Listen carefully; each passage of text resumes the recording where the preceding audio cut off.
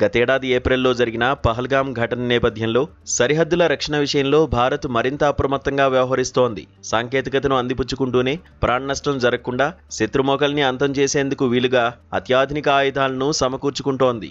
ఈ క్రమంలోనే తాజాగా భారత సైన్యం అమ్ముల పొదిలో మరో అధునాతన ఆయుధం చేరింది. ఆధునిక సాంకేతిక యుద్ధాల్లో కీలక పాత్ర పోషించే ఆత్మాహుతి డ్రోన్లు ఆర్మీ చేతికి వచ్చినట్లు తెలుస్తోంది. వందలాది కాముకాజీ డ్రోన్లను స్వదేశీ సంస్థ తాజాగా సైన్యానికి అప్పగించినట్లు సమాచారం. 10 కోట్ల రూపాయల ఒప్పందంలో భాగంగా వీటిని అందజేసినట్లు తేలింది.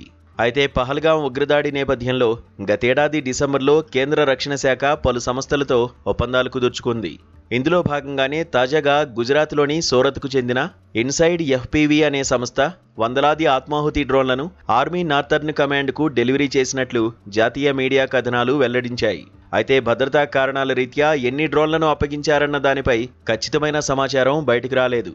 గతేడాది డిసెంబర్లోనే ఓ ఒప్పందం కుదరగా అత్యవసర ప్రాతిపదికన నెలల వ్యవధిలోనే కంపెనీ ఈ డ్రోన్స్ను సరఫరా చేసింది. -35 డిగ్రీల ఉష్ణోగ్రతలు ఉండే కఠిన వాతావరణంలో కూడా పనిచేసేలా ఈ డ్రోన్స్ను డిజైన్ చేశామని సంస్థ వెల్లడించింది.